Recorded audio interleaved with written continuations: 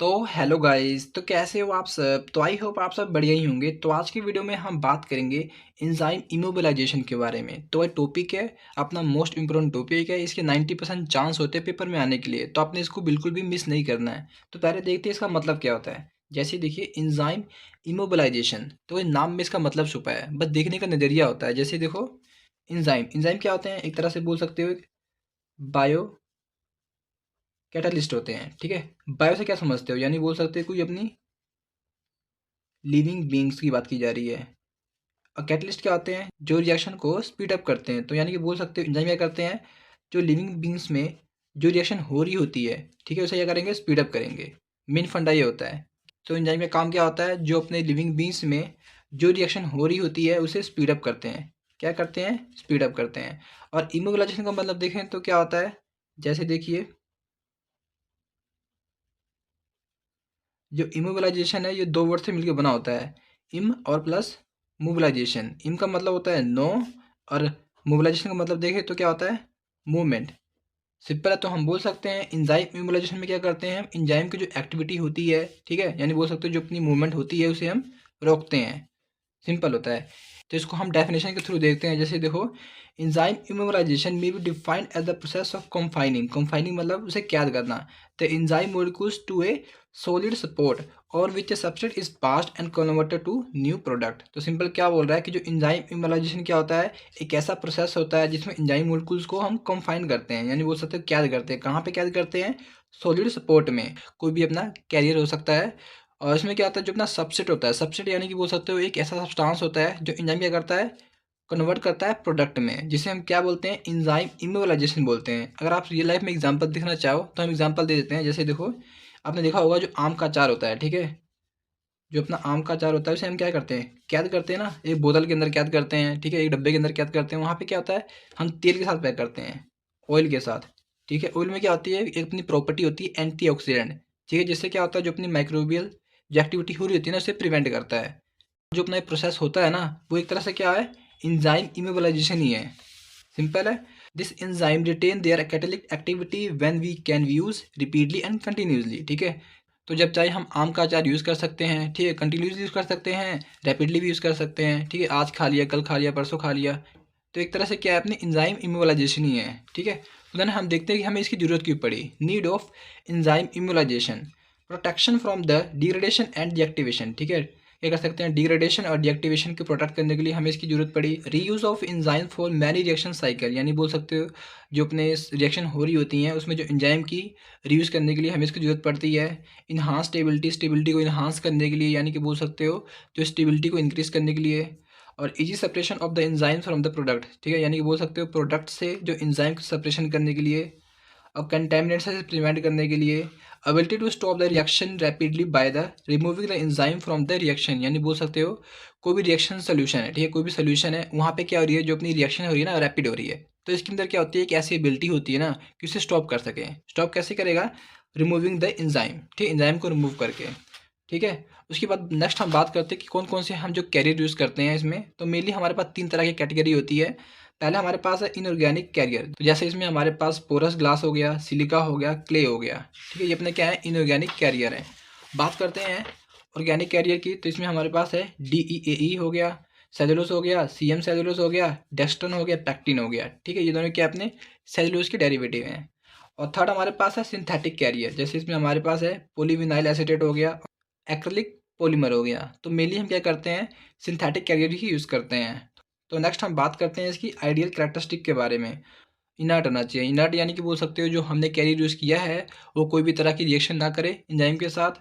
और physically strong होना चाहिए, स्टेबल होना चाहिए, कॉस्ट इफेक्टिव होना चाहिए, यानी कि बोल सकते हो जितना भी हमने उसके ऊपर कॉस्ट लगाया है वो अपना इफेक्टिव होना चाहिए, और रीजनरेबल होना चाहिए। नो मॉडिफिकेशन इन एंजाइम, यानी कि बोल रहा है अगर हमने जो कैरियर यूज़ किया है, ठीक है, तो एंजाइम की जो स्ट्रक्चर होगा ना उसमें कोई भी चेंजेस ना करे। ठीक है, यानी बोल सकते हो कोई भी मॉडिफिकेशन ना करे। अवॉइड कंटेमिनेशन, मतलब कोई भी तरह की कंटेमिनेशन ना करे। तो नेक्स्ट हम बात करते हैं इसके बाद मेथड्स के बारे में। तो ये मेथड्स बहुत इंपॉर्टेंट है इसमें। जैसे देखो इसके जो मेथड्स होते हैं ये दो तरह के मेनली होते हैं, एक होते हैं फिजिकल, एक होते हैं केमिकल। फिजिकल में क्या होते हैं, जैसे देखो अपने होते हैं एड्सॉर्प्शन, इंट्रैपमेंट, इनकैप्सुलेशन। और केमिकल में हमारे पास होते हैं कोवलेंट बॉन्डिंग और अपना क्रॉस लिंकिंग। ठीक है, तो इसका एक शॉर्टकट याद करने का, जैसे मान लीजिए बाई चांस आप कभी भूल जाते हैं इसके मेथड, तो एक ट्रिक याद करने के लिए AE2C2 यानी बोल सकते हो एड्सॉर्प्शन, फिर इंट्रैपमेंट, दो ई है ना, इंट्रैपमेंट और इंकैप्सुलेशन, और सी से हमारा क्या हो गया, कोवलेंट बॉन्डिंग और क्रॉस लिंकिंग, कोवलेंट बॉन्डिंग और क्रॉस लिंकिंग। तो इस तरीके से आप याद कर सकते हो AE2C2, सिंपल है। तो नेक्स्ट हम बात करते हैं इसके वन बाय वन मेथड के बारे में। तो उसके बाद नेक्स्ट हम बात करते हैं इसके बाद फर्स्ट मेथड के बारे में, जो कि हमारा क्या है, एड्सॉर्प्शन। तो इस दो तरह के होते हैं, एक होता है एड्सॉर्प्शन होता है, एक होता है एब्जॉर्प्शन होता है। ये क्या होता है, जैसे देखो इसको एग्जाम्पल के जरिए समझते हैं। एक क्या होता है अपने पास, एड्सॉर्प्शन होता है, ठीक है, जो कि हमारा है। एक होता है एब्जॉर्प्शन, ठीक है। इसमें क्या होता है, जैसे देखो ये अपने पास कोई भी सरफेस है, ठीक है। यहाँ पे क्या होंगे, जो अपने पार्टिकल्स होंगे ना, इसके सरफेस के ऊपर रह जाएंगे, तो इसे हम बोलेंगे एड्सॉर्प्शन। एब्जॉर्प्शन में क्या होंगे, अब्जॉर्ब होना, यानी बोल सकते हो इसके अंदर मिक्स हो जाना, ठीक है। इसको हम बोलते हैं एब्जॉर्प्शन। तो हम किसके बारे में बात कर रहे हैं, एब्जॉर्प्शन के बारे में बात कर रहे हैं।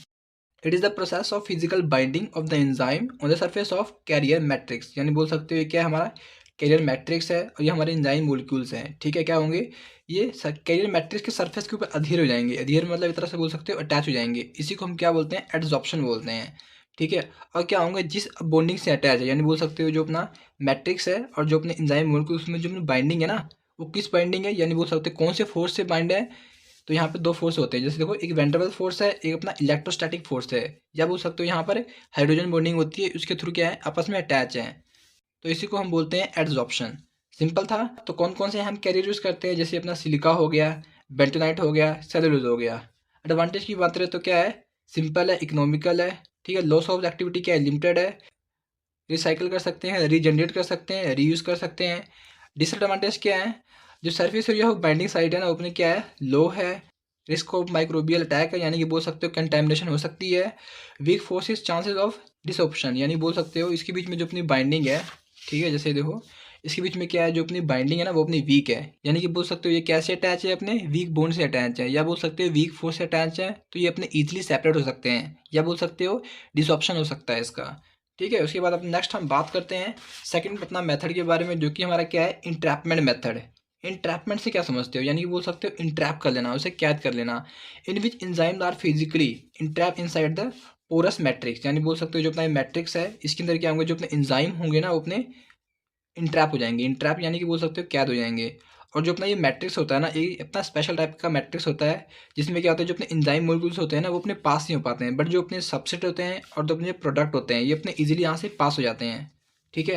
और ये अपने इनसोल्युबल पॉलीमर होते हैं, जैसे कि अपना पॉलीएक्राइलामाइड हो गया, स्टार्च हो गया, ठीक है। ये अपनी क्या है, एक तरह से लैक्टिस टाइप की क्या है, अरेंजमेंट है।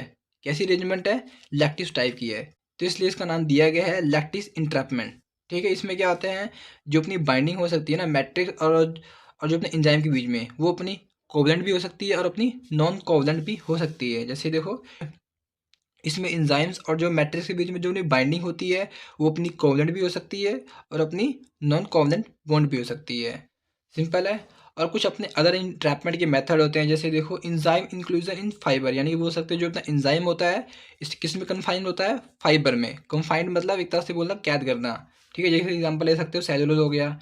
एंजाइम इंक्लूजन इन जेल, यानी बोल सकते हो जो एंजाइम होता है किसके अंदर इंट्रैप होता है, जेल के अंदर। Enzyme inclusion in micro capsule and micro capsulation, और इसमें क्या होता है, जो अपने एंजाइम होते हैं इंट्रैप हो जाते हैं सेमी परमिएबल मेम्ब्रेन में, या बोल सकते हो माइक्रो कैप्सूल मैट्रिक्स में। एडवांटेज क्या है, इसमें कोई भी अपनी केमिकल मॉडिफिकेशन नहीं होती है, ये अपने स्टेबल फॉर्म में होते हैं, इजी हैंडलिंग है एंड रीयूज कर सकते हैं।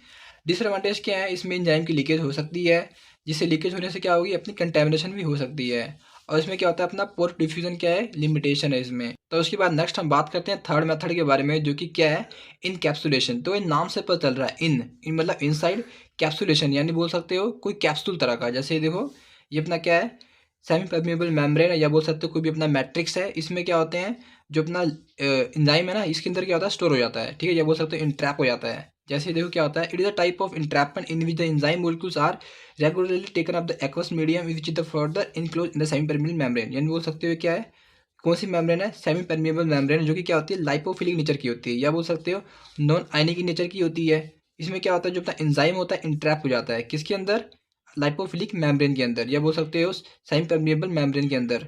इसमें क्या होता है, अपने एक्वस अपने मीडियम होता है, ठीक है। एडवांटेज क्या है इसके, सिंपल होता है, कॉस्ट इफेक्टिव है, इसमें लीकेज नहीं होती है, यानी बोल सकते हो अगर लीकेज नहीं होगी तो क्या होगा, अपनी कंटेमिनेशन नहीं होंगी।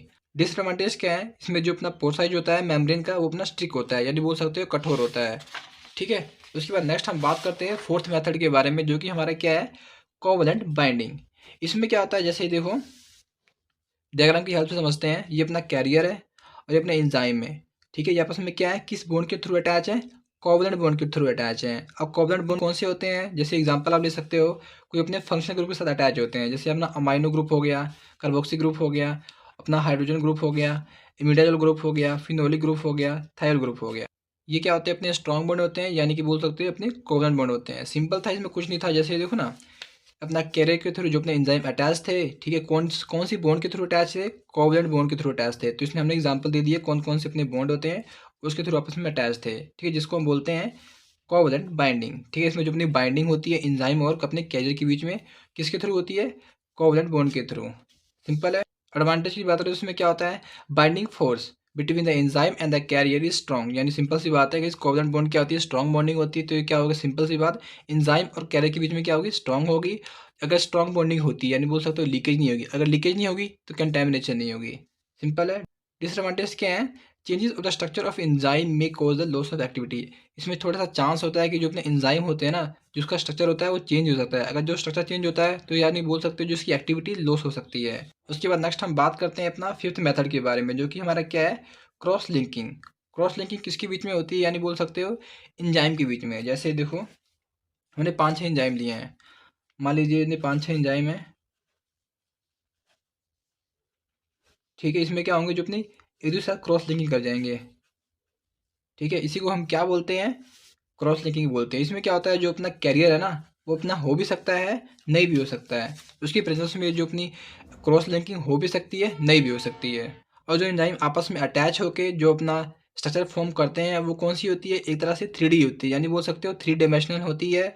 और ये अपने आपस में एक बॉन्ड के थ्रू अटैच होते हैं, उसको हम बोलते हैं कोवलेंट बॉन्ड। जो अपनी ये बॉन्डिंग है ना, ये कौन सी है, कोवलेंट बॉन्डिंग है, यानी बोल सकते हो स्ट्रॉन्ग बॉन्डिंग है, ठीक है। जैसे देखो अपने 5-6 एंजाइम है, हमने मल्टीफंक्शनल रिएजेंट दिया, देन क्या होंगे, आपस में अटैच होगी इस प्रकार से 3D की शेप में, यानी बोल सकते हो 3 डायमेंशनल में आपस में क्या होंगे, एक दूसरे से अटैच हो गए हैं, ठीक है। इसी को हम क्या बोलते हैं, क्रॉस लिंकिंग बोलते हैं। जो अपनी क्रॉस लिंकिंग हो रही है वो अपनी कैरियर के प्रेजेंस में हो भी सकती है, नहीं भी हो सकती है, यानी बोल सकते हो जो अपना कैरियर है वो अपना हो भी सकता है, नहीं भी हो सकता है, ठीक है। एडवांटेज की बात करें तो इसमें क्या होता है, तो सिंपल है, इसमें जो बॉन्डिंग होती है कौन सी थी, कोवलेंट बॉन्ड, यानी बोल सकते हो जो अपने एंजाइम होंगे ना वो अपने स्ट्रॉन्ग बाउंड होंगे, ठीक है, हाईली स्टेबल होंगे, और सिंपल मेथड है। और डिसएडवांटेज की बात करें तो इसमें क्या होते हैं, मे को सम चेंजेस, ठीक है। अगर बोल सकते हो अगर एंजाइम में कुछ चेंजेस आते हैं, जिसका स्ट्रक्चर है उसमें कुछ चेंजेस आएगा, देन क्या होंगे, जो एंजाइम हो वो अपना डीनेचुरल होना स्टार्ट हो जाएगा। एप्लीकेशन की बात करें तो इसमें कौन कौन से इसके एप्लीकेशन है, कोई भी डिसीज़ को आइडेंटिफाई करने के लिए हम इसका यूज़ कर सकते हैं, इथेनॉल बेस्ड फ्यूल प्रोड्यूस करने के लिए हम इसका यूज़ कर सकते हैं, डेयरी प्रोडक्ट प्रोड्यूस करने के लिए, ठीक है, एंटीबायोटिक्स को प्रोडक्शन के लिए हम इसका यूज़ कर सकते हैं। एग्जांपल आप ले सकते हो, सिफेलोसफोरिन हो गया, स्टेरॉइड हो गया। Production of glucose from starch, यानी बोल सकते हो स्टार्च से ग्लूकोज बनाने के लिए भी हम इसका यूज़ कर सकते हैं। और उसके बाद क्या है, estimation of several biochemical compound, यानी कि बोल रहे हो बायोकेमिकल कंपाउंड को एस्टिमेशन के लिए भी हम इसका यूज़ कर सकते हैं। सो गाइज आई होप आपको समझ आ गया होगा। तो फिर भी कोई भी डाउट रहता है तो कमेंट बॉक्स आपके लिए है, आपके लिए वहाँ पे 24 घंटे हाजिर हूँ, वहाँ पे कमेंट कीजिए, मैं उसका रिप्लाई जरूर दूंगा। बाकी गाइज नोट्स की बात रही तो एक बार डिस्क्रिप्शन चेक कीजिएगा, आपको वहाँ पे मिल जाएगा। तो गाइज मिलते हैं नेक्स्ट वीडियो में, tata bye bye, see you.